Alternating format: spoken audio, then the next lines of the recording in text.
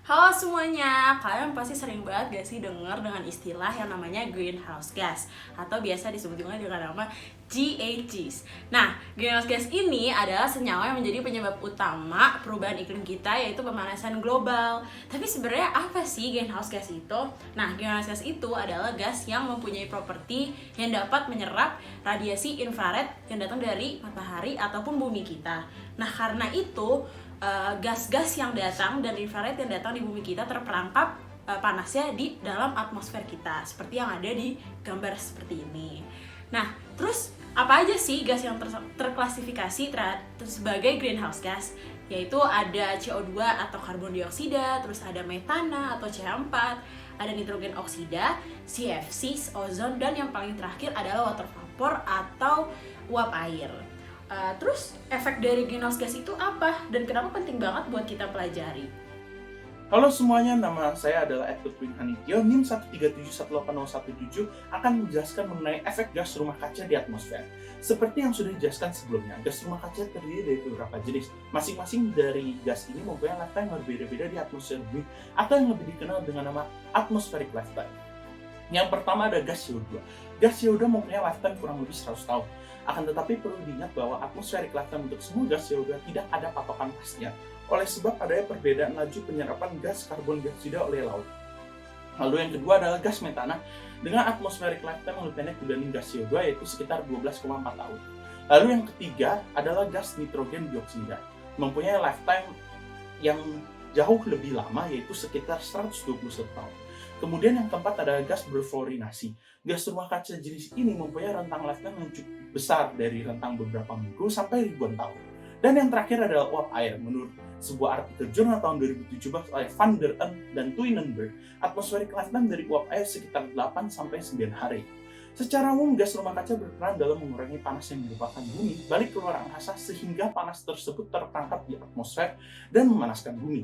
Semakin banyak gas rumah kaca yang terperangkap di atmosfer, maka temperatur bumi akan semakin meningkat dan begitu pula sebaliknya. Walau begitu, keberadaan gas rumah kaca sangatlah penting untuk mempertahankan temperatur bumi agar tidak terlalu rendah sehingga dapat menyokong kehidupan. Pada bagian berikutnya, teman saya Dema akan menjelaskan mengenai sumber emisi gas rumah kaca. Nah, gas rumah kaca ini tersebar mulai dari CO2, CFC, hingga gas klor yang sangat berbahaya. Emisi gas-gas ini dihasilkan secara alami dan atas campur tangan manusia. Beberapa fenomena alam dapat menghasilkan emisi gas, seperti gunung berapi dengan berbagai gas keluarannya, kebakaran hutan yang menghasilkan karbon dan CO2 sisa pembakaran, ekosistem lautan dan konsentrasi karbonnya yang 50 kali lebih banyak dibandingkan atmosfer, rawa yang menghasilkan metana, lapisan tanah beku dan siklus yang berbeda-beda, serta aktivitas biologis seperti matinya makhluk hidup dan gas bumi. Akan tetapi, peran serta manusia yang menghasilkan banyak emisi sekarang ini terbilang mengkhawatirkan. Manusia ibarat melampaui alam dalam menghasilkan gas rumah kaca. Hal ini membuat peran gas rumah kaca dalam menghalangi radiasi seakan tertutupi karena jumlahnya yang berlebihan, termasuk adanya ozon depleting substance yang dapat merusak lapisan aktif ozon dalam waktu yang lama. Data menyatakan terdapat beberapa sumber penghasil emisi utama, seperti listrik, transportasi, dan lainnya berikut dengan gas yang dihasilkan. Yang menarik di sini adalah kita dapat menyimpulkan bahwa energi merupakan penghasil utama gas rumah kaca. Mengapa? Listrik dapat dihasilkan melalui pembangkit listrik yang mayoritas menggunakan gas bumi, minyak, dan batu bara yang menghasilkan emisi. Industri membutuhkan bahan bakar yang juga menghasilkan emisi CO2 dalam jumlah besar. Bahan bakar kendaraan bermotor, kapal, dan pesawat masih berbasis minyak bumi yang menghasilkan CO2, CO, dan nitrogen oksida lainnya. Agrikultur lewat emisi gas ternak dan bubuk menghasilkan metana, nitrogen oksida, dan CO2 dalam jumlah besar.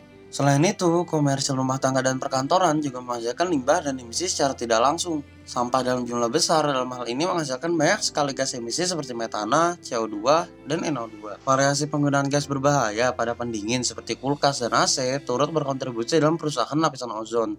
Selain itu, pembakaran hutan akan mengurangi fungsi hutan sebagai penyerap CO2 dan pelepas karbon. Kita mengetahui bahwa alam memang menghasilkan emisi, namun emisi atas ulah manusia berada pada level yang berbeda. Hal ini berdampak pada konsentrasinya di atmosfer. Halo, perkenalkan nama saya Rizky Mahendra Dineswara dengan NIM 1361912. Saya akan menjelaskan terkait konsentrasi gas GHG dari masa ke masa.